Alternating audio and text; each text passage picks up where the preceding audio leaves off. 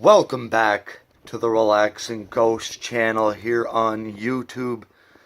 Today we got our BattleGround pay-per-view collection. So along with Payback, BattleGround has also been cut from the current pay-per-view schedule. WWE is now making every pay-per-view dual branded, and in the process, Payback and BattleGround have been cut from the lineup. Take some time and subscribe to the channel, guys.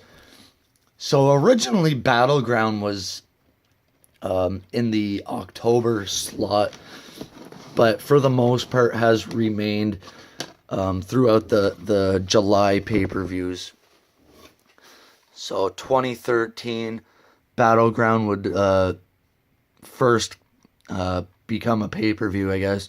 I never really liked the BattleGround name, I guess, as a pay-per-view.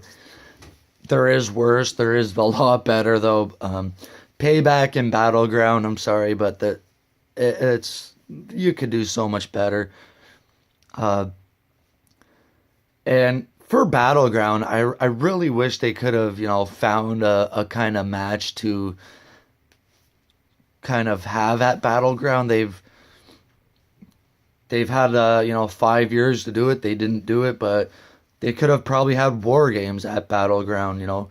Something unique for BattleGround could have really sold this pay-per-view as being something worth watching, but it kind of just been the precursor to SummerSlam or something like that over the years. So 2013 we got Daniel Bryan, CM Punk, Ryback Ryback and Randy Orton on the cover. Excuse me. The Big Show on the spine. And for the most part, they have kept the same logo, just switching the color up over the years. So back when RVD was in WWE there, back in 2013, RVD contemplating his future. We have a lot of special features. Cody Rhodes, Daniel Bryan, and Goldust versus The Shield.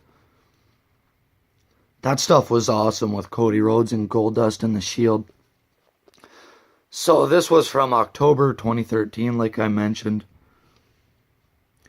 And we had Randy Orton versus Daniel Bryan. This was right before Hell in a Cell. And Orton had won the title the month prior. Found a way to keep his title here at BattleGround. Ryback versus CM Punk and I think Paul Heyman.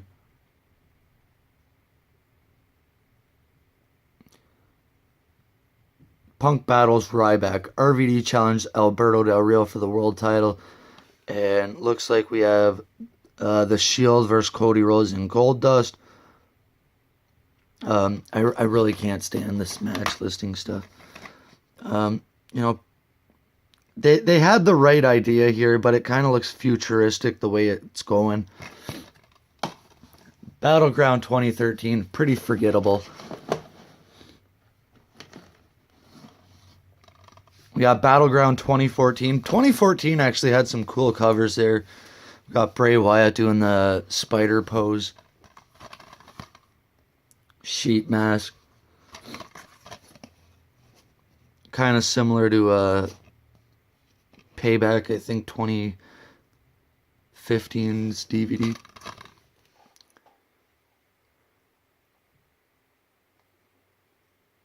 Just a lot going on here.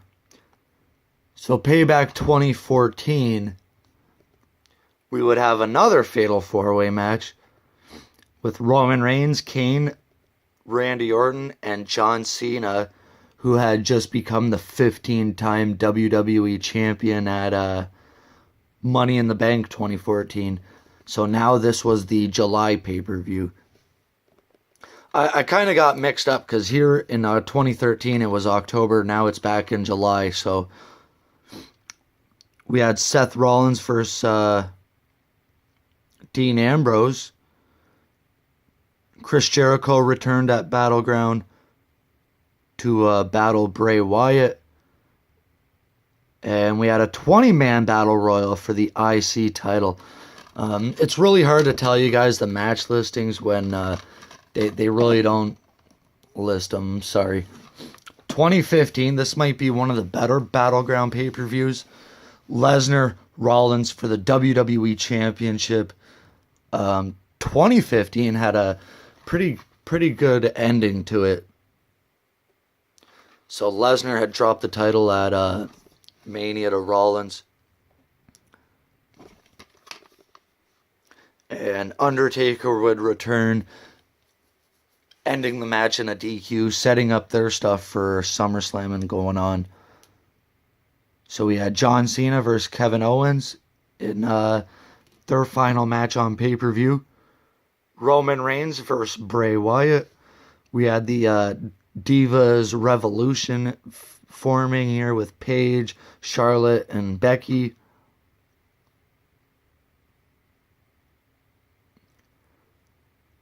We had our R-Truth versus King Barrett.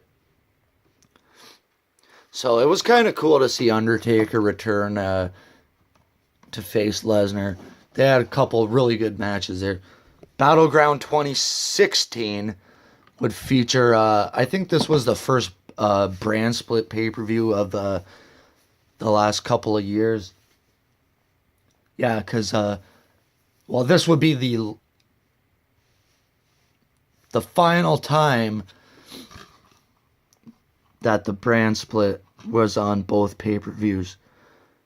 Because Ambrose was drafted to SmackDown. And he was the WWE champion. This is where we would get our Shield triple threat. Reigns, Ambrose, and Rollins had all been WWE champion at Money in the Bank. We also had Bayley and Sasha versus... No idea, because they don't say. I think it might have been Charlotte and Dana Brooke. But we had Enzo, Cena, and Big Cass taking on, I think, The Club and AJ Styles. We had Randy Orton on the highlight reel with Chris Jericho. So, pretty good show. Pretty solid show, actually. Shield triple threat could have been definitely saved for SummerSlam of that year. Excuse me. And finally, BattleGround from 2017. Probably the worst pay-per-view in a long time.